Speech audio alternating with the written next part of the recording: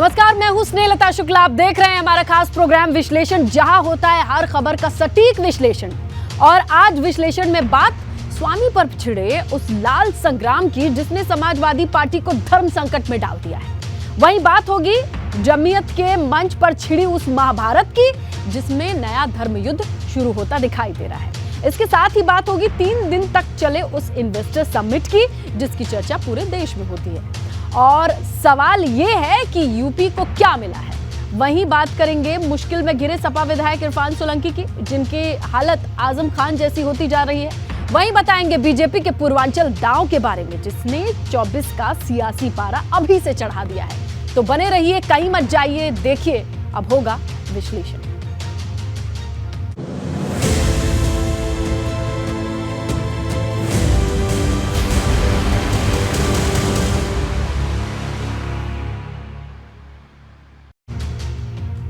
विश्लेषण में सबसे पहले बात स्वामी पर सपा में लाल संग्राम की चौपाई का स्याही हिसाब, क्योंकि स्वामी प्रसाद मौर्य ने जब से रामचरितमानस पर बयान दिया है विरोध थमने का नाम ही नहीं ले रहा है। क्योंकि ये विरोध जितना बीजेपी कर रही है उससे कहीं ज्यादा सपा का वो धड़ा कर रहा है जो स्वामी के खिलाफ पहले दिन से मोर्चा खोले हुए है। और अब सपा विधायक राकेश प्रताप सिंह ने स्वामी को लेकर के ऐसी बात कह दी है कि स्वामी को ये बुरी तरीके से चुभ गई है। लेकिन बात सिर्फ सपा के विरोध की नहीं है, अब सड़क पर भी स्वामी का इसका विरोध देखा जा रहा है। और इस कदर ये विरोध बढ़ गया है कि स्याही वाले अटैक तक पहुंच गया है।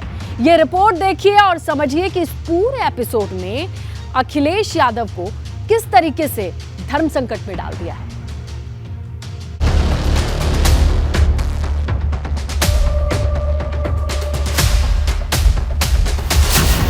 स्वामी के खिलाफ सपा में लाल संग्राम, चौपाई पर स्याही वाला हिसाब।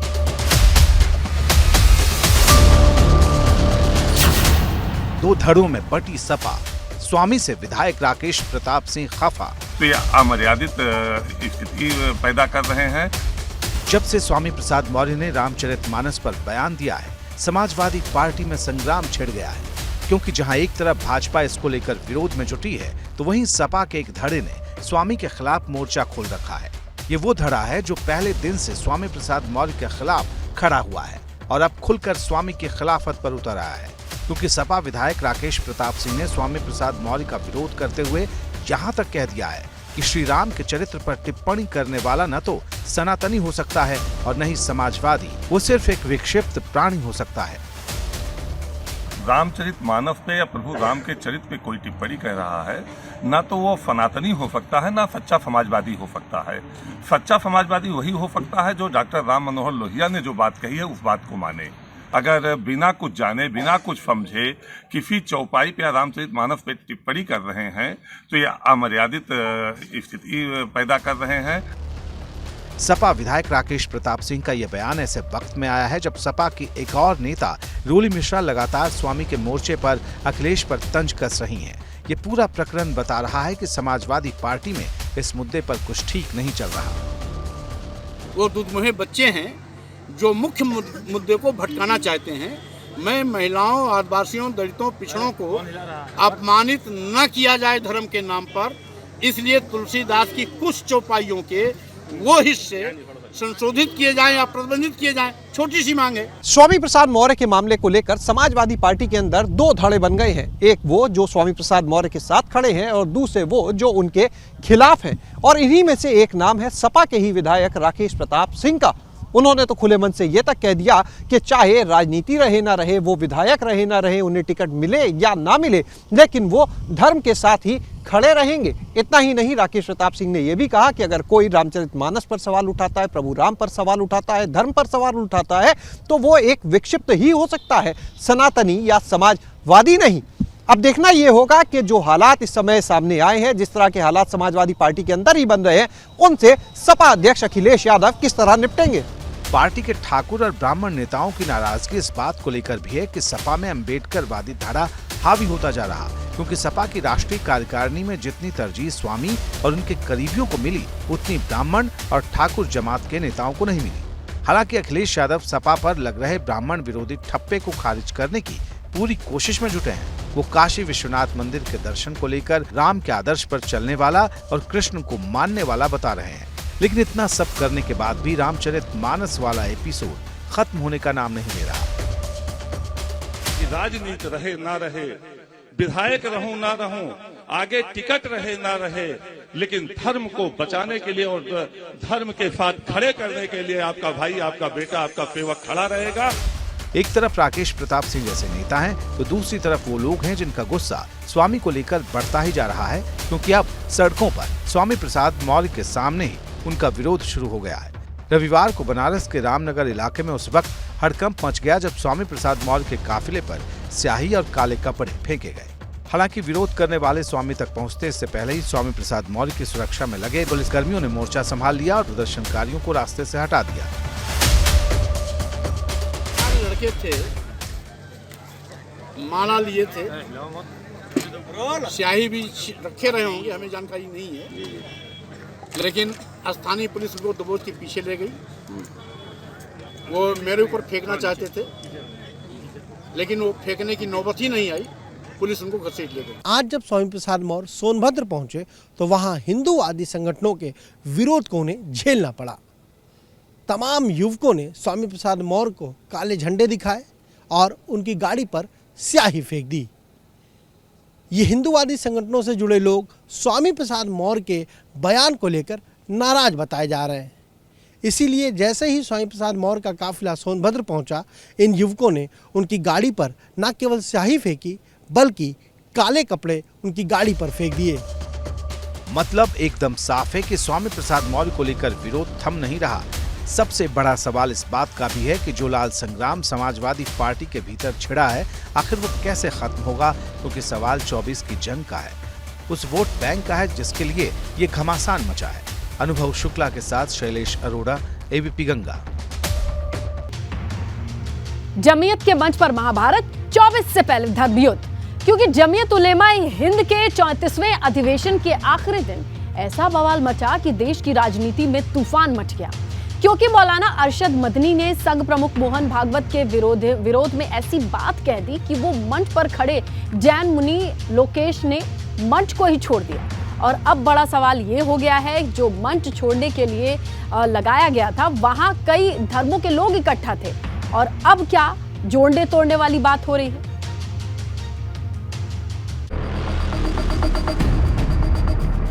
ये धरती इस्लाम की जाए पैदाइश है।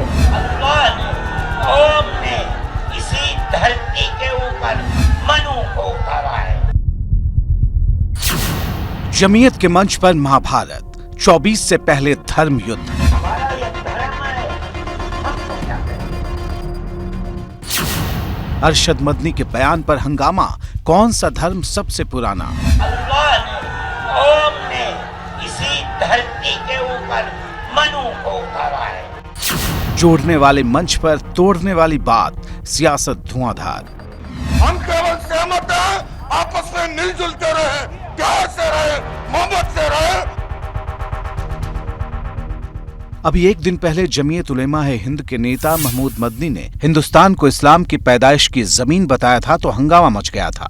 अब महमूद मदनी के चाचा अरशद मदनी ने जमीयत के सबको जोड़ने का दावा करने वाले मंच से ऐसी बात कह दी है जिस पर बवाल मच गया है। मंच पर मौजूद जैन मुनि लोकेश मुनि विरोध में मंच छोड़कर उतर गए।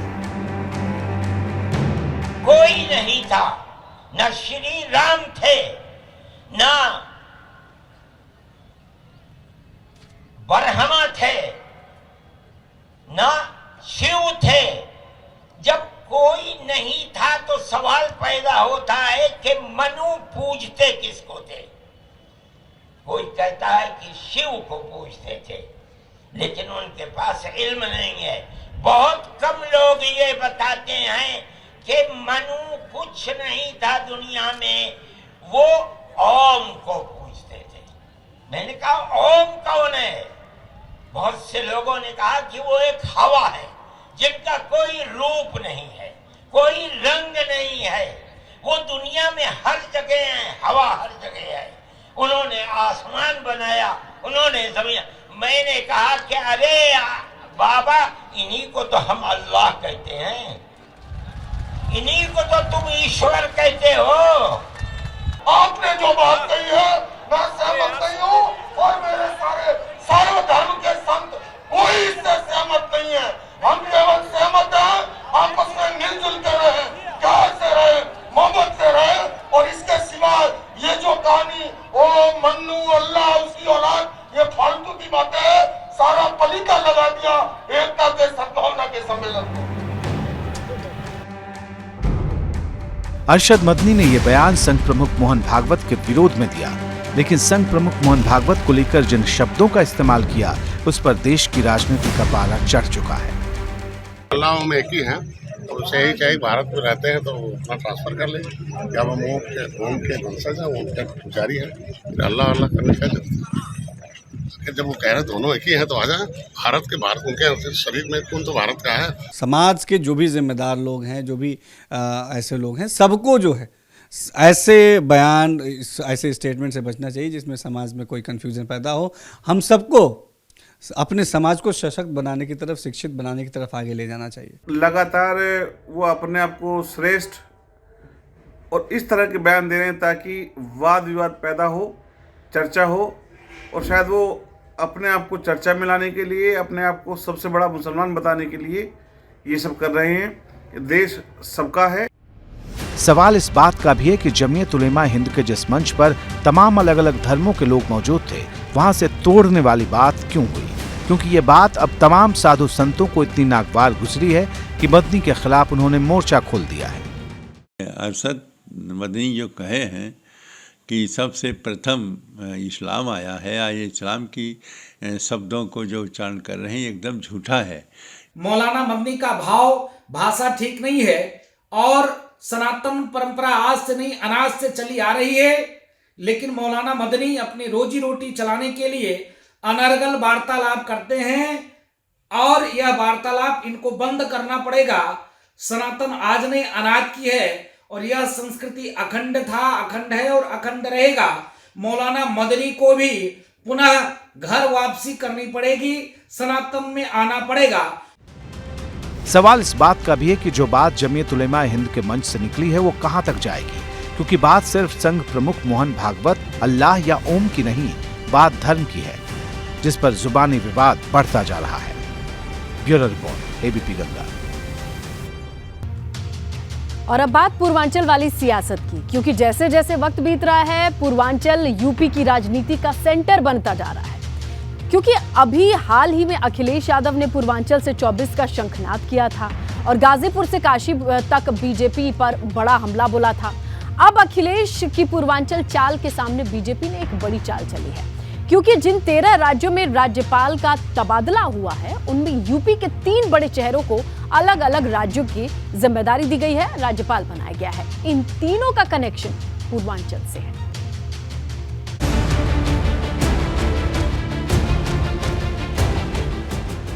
पूर्वांचल जिताएगा 24 की जंग, सियासत का राज्यपाल रंग। भाजपा की बड़ी तैयारी, विपक्ष पर पड़ेगी भारी। क्या उत्तर प्रदेश की राजनीति पूर्वांचल सेंट्रिक हो गई है? क्योंकि पहले भाजपा के राष्ट्रीय अध्यक्ष जेपी नड्डा ने अपनी जनसभा के लिए पूर्वांचल को चुना, फिर अखिलेश यादव ने उसी गाजीपुर से जनसभा कर 24 का पारा चढ़ा दिया, और अब भाजपा ने पूर्वांचल को साधने के लिए एक नया दांव चला है। क्योंकि जिन 13 राज्यों में राज्यपालों का तबादला हुआ है उनमें यूपी के 3 बड़े चेहरों को अलग अलग राज्यों का राज्यपाल बनाया गया है। इनमें शिव प्रताप शुक्ला को हिमाचल प्रदेश का राज्यपाल बनाया गया है, तो भाजपा के प्रदेश उपाध्यक्ष रह चुके लक्ष्मण प्रसाद आचार्य को सिक्किम का राज्यपाल बनाया गया है। इस लिस्ट में तीसरा नाम आजमगढ़ के रहने वाले फागू चौहान का है, जिन्हें मेघालय का राज्यपाल बनाया गया है।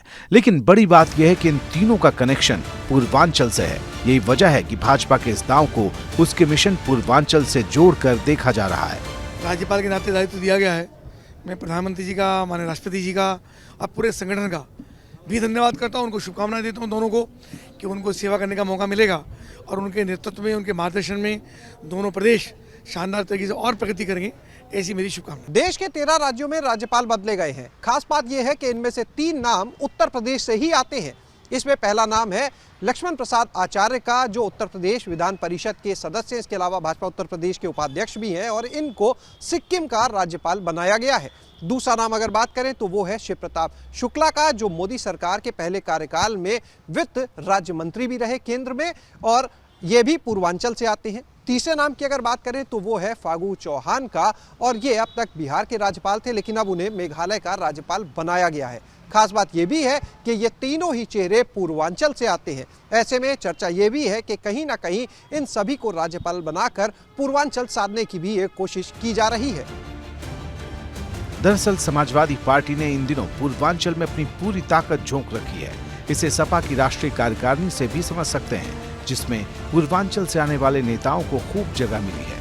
वहीं भाजपा के लिए मुश्किल यह है कि उसे 2022 में पूर्वांचल के पिच पर सपा से सीधी टक्कर मिली है। यही वजह है कि भाजपा अब खुलकर पूर्वांचल के मोहरे तय करने में जुट गई है। लेकिन अहम सवाल यह है कि क्या भाजपा का ये राज्यपाल दांव पूर्वांचल की हवा उसके पक्ष में कर पाएगा? Bureau report, ABP Ganga. मुश्किल में इरफान, 40 करोड़ का तूफान। क्योंकि पुलिस ने इरफान की जो 150 करोड़ की संपत्ति चिन्हित की है, उनमें से बीते 2 दिन में 23 करोड़ की संपत्ति जब्त हो चुकी है और अब पुलिस की नजर इरफान की 40 करोड़ की प्रॉपर्टी पर है।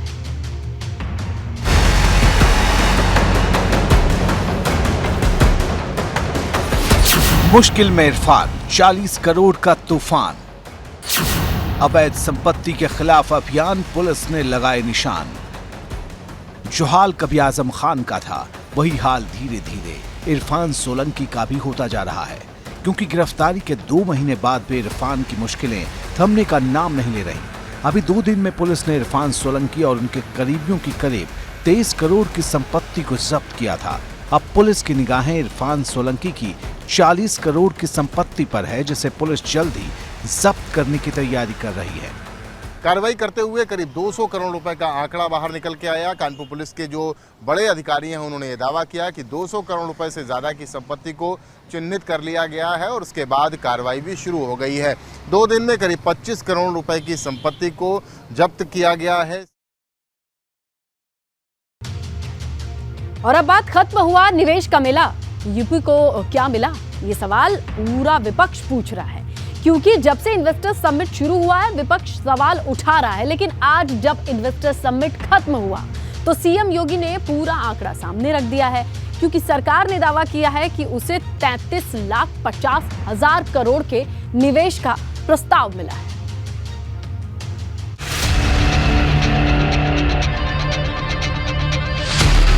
खत्म हुआ निवेश का मेला, यूपी को क्या मिला? 33,50,000 करोड़ रुपए के प्रस्ताव प्राप्त हुए। एनसीआर से आगे की बात, यूपी के 75 जिलों में होगा विकास। यूपी में 3 दिन तक चला ग्लोबल इन्वेस्टर समिट खत्म हो गया है, लेकिन यूपी के सपनों को बड़ी उड़ान दे गया है। सीएम योगी ने इन्वेस्टर समिट के आखिरी दिन बताया कि यूपी को 33,50,000 करोड़ के निवेश का प्रस्ताव मिला है, जो यूपी को 1 ट्रिलियन की इकोनॉमी बनाने में बड़े मील का पत्थर माना जा रहा है।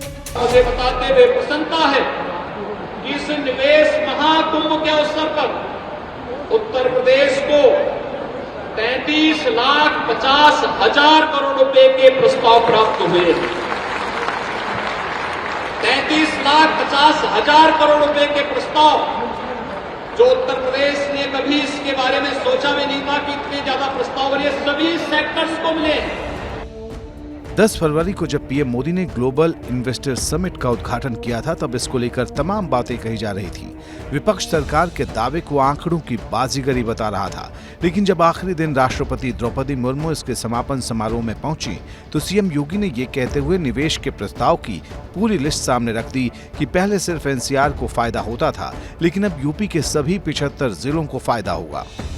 अब तक निवेश का मतलब केवल एनसीआर होता था, लेकिन ये पहली बार हो रहा है जब निवेश का मतलब सभी प्रदेश के 75 जनपदों में निवेश प्रदेश के अंदर हो रहा है और 75 जनपद में निवेश होने जा रहा है।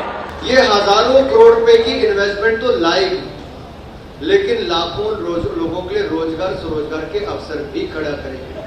और इसके साथ साथ एक ग्रैंड म्यूजिक इंस्टीट्यूशन हरिहरपुर में भी आपने शुरू किया है और इंसेंटिव आपने जो यहाँ पे बताए गए सारे फिल्म प्रोडक्शन के लिए आपने शुरू कर दिए हैं। लखनऊ में हुए ग्लोबल इन्वेस्टर्स समिट में देश ही नहीं दुनिया भर की कंपनियां आई। अमेरिका से लेकर ऑस्ट्रेलिया, कनाडा से लेकर इजराइल समेत 53 देशों की कंपनियों ने निवेश का भरोसा दिलाया है।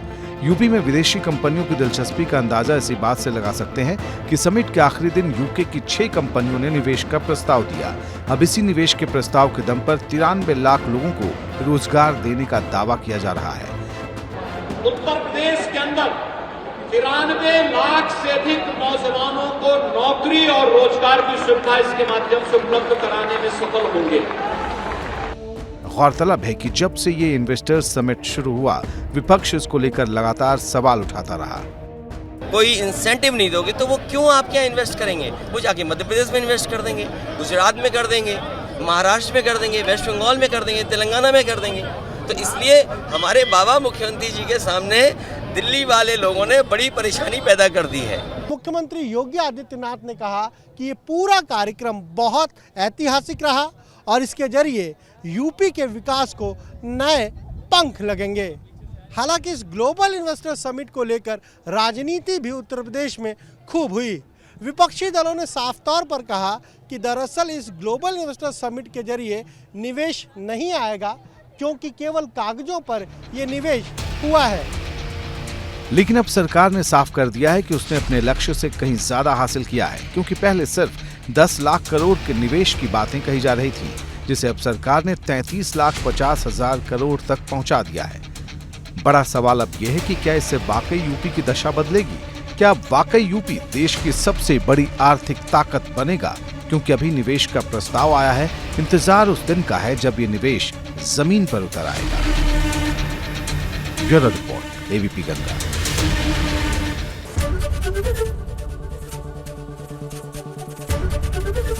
एबीपी गंगा, खबर आपकी, जुबान आपकी।